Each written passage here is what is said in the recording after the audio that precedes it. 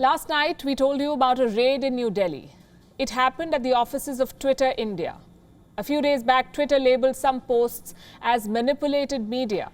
These were tweets from members of India's ruling party. Apparently, India's IT ministry sent a notice to Twitter about this. The platform was asked to remove the label, but Twitter did not comply. Then it was raided. This is the story that most news platforms are running. But this is only half the story. There is much more to it. This crackdown is not just about a bunch of tweets. It is about who governs big tech in India. It is about holding tech giants accountable to Indian laws. If they operate in India, they must abide by the law of the land. Or are they only answerable to American lawmakers? India has drawn the line. It has set a deadline for some of the biggest social media platforms in the world, the likes of Facebook and Twitter. And the clock is ticking. The deadline ends tomorrow. India's new IT rules come into effect on Wednesday. These companies had 3 months to comply, and they failed. So by Wednesday, they must either show compliance with Indian laws or face the consequences. This is about the Digital Media Ethics Code. These are new rules that the Government of India introduced in the month of February. This code is a framework to regulate technology companies in India. Like I said, platforms like Facebook and Twitter.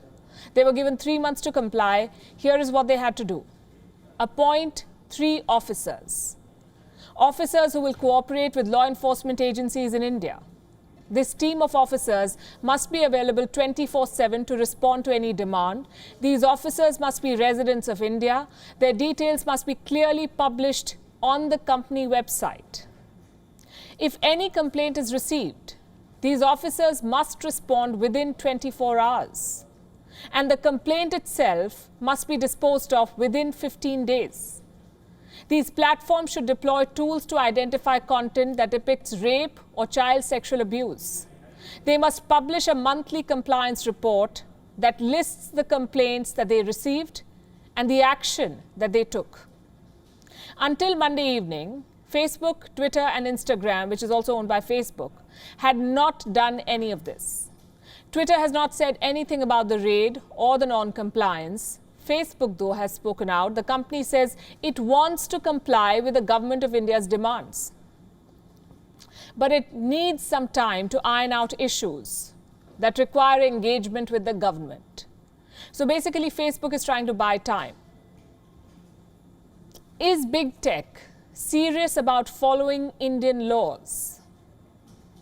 India is a big market for them, we can tell you. Look at Facebook. India is its biggest market. Facebook has more than 290 million users in India. 100 million Instagram accounts are Indian. In the 2019 financial year, Facebook earned almost 900 crore rupees. 900 crore rupees from the Indian market as income. That's more than $100 million. The profits crossed the 100 crore rupee mark, or $18 million. An increase of more than 100% when compared with the numbers from the previous year. So this is a very important market. Twitter, it has 17.5 million users in India, Indian users. In 2019, it had earned more than 56 crore rupees in revenue from India. That's $7 million. Just like Facebook, Twitter's profits rose to more than 5.8 crores, almost $800,000.